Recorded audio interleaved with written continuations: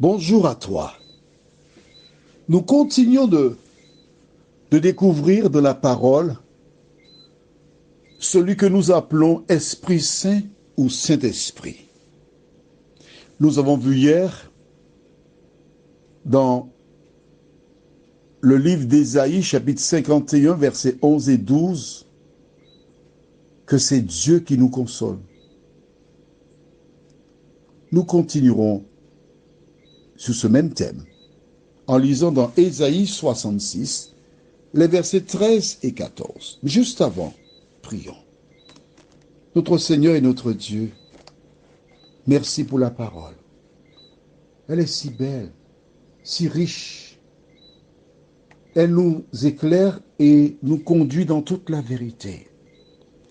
Seigneur, merci pour l'assurance de ta présence. Cet esprit, nous comptons sur toi. Au nom de Jésus. Amen. Alors, nous lisons dans Ésaïe, chapitre 66, les versets 13 et 14. Comme un homme que sa mère console, ainsi je vous consolerai. Vous serez consolés dans Jérusalem. Vous le verrez, et votre cœur sera dans la joie. Et vos os reprendront de la vigueur comme l'herbe. L'Éternel manifestera sa puissance envers ses serviteurs, mais il fera sentir sa colère à ses ennemis. J'aime ces versets de la Bible. Ils sont magnifiques. Ils nous éclairent. Dieu prend une image exceptionnelle. Le rôle de la femme. Il existe des femmes et des femmes. Il y a une différence entre les deux. Le verset 13 dit « Comme un homme que sa mère console ».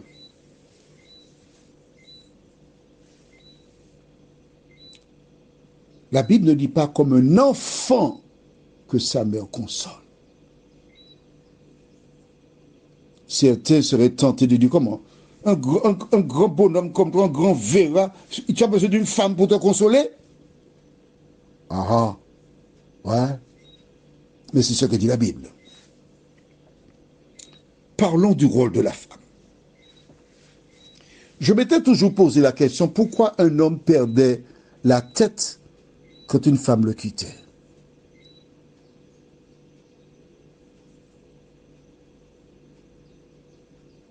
Certains sont si découragés qu'ils vont mettre un terme à leur vie. Pourquoi un homme tient-il tant à une femme?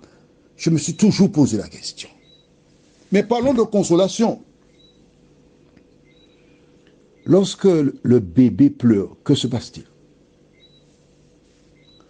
La maman va vers lui. Parce qu'il est en train de communiquer par les larmes. Et regarde la couche est propre. Il y a un autre problème qu'elle doit détecter.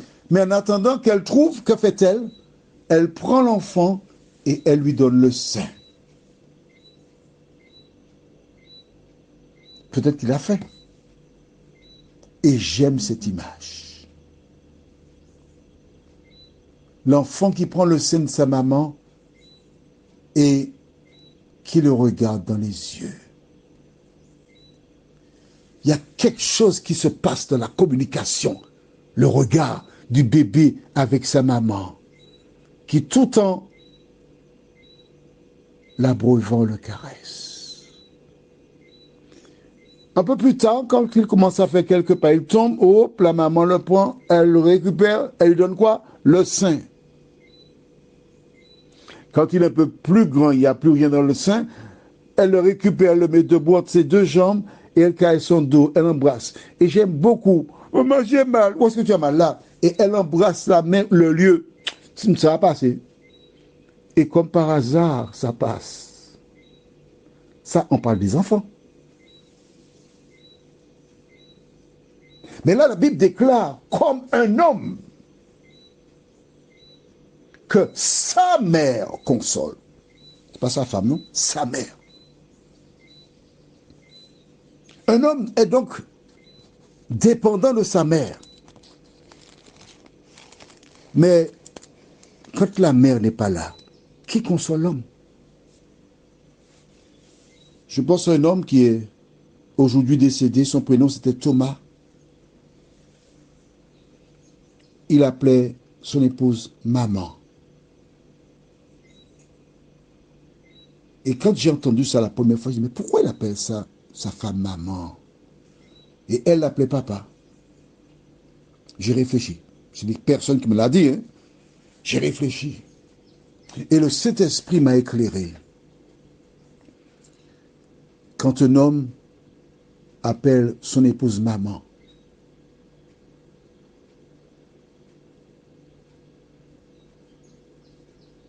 il ne peut pas lever sa main sur elle pour lui donner une raclée. S'il respecte sa maman. Je m'adresse à toi. Toi qui as une épouse.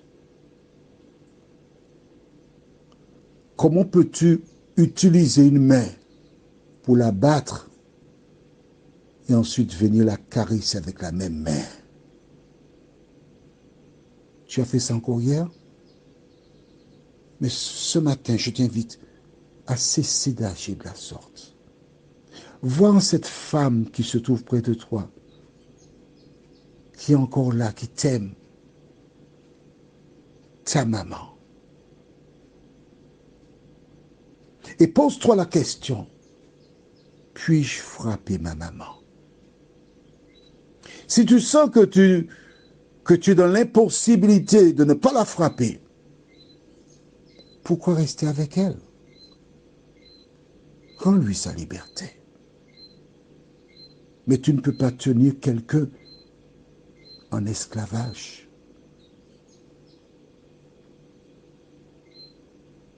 Je vois bien Abigail, cette femme qui avait un époux, Nabal, qui était méchant.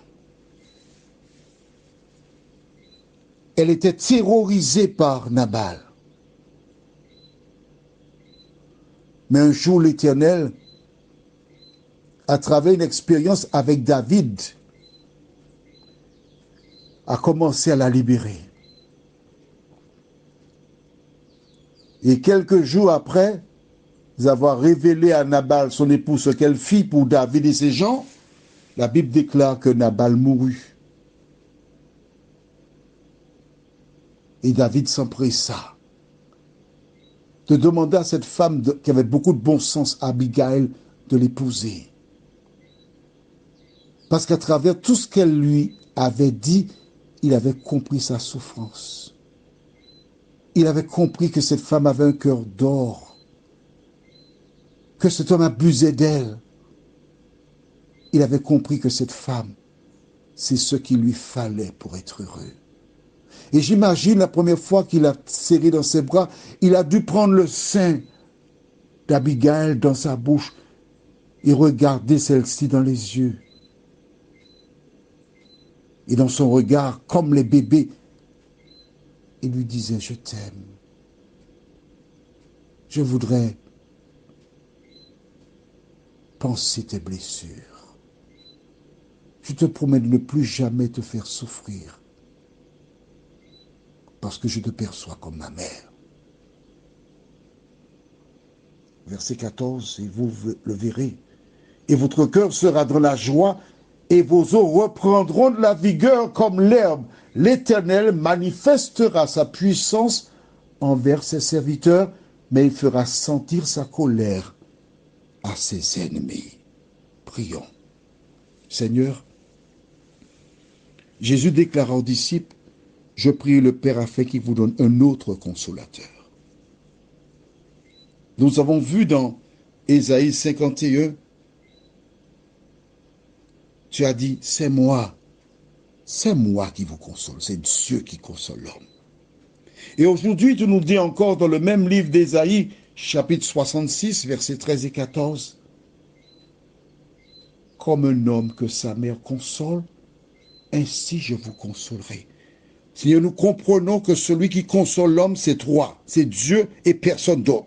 Et donc, quand Jésus déclare, je prie le Père afin qu'il vous donne un autre consolateur, nous savons que c'est Dieu seul qui console. Merci pour la parole. Merci de continuer de nous éclairer et que rien ni personne ne vienne nous conduire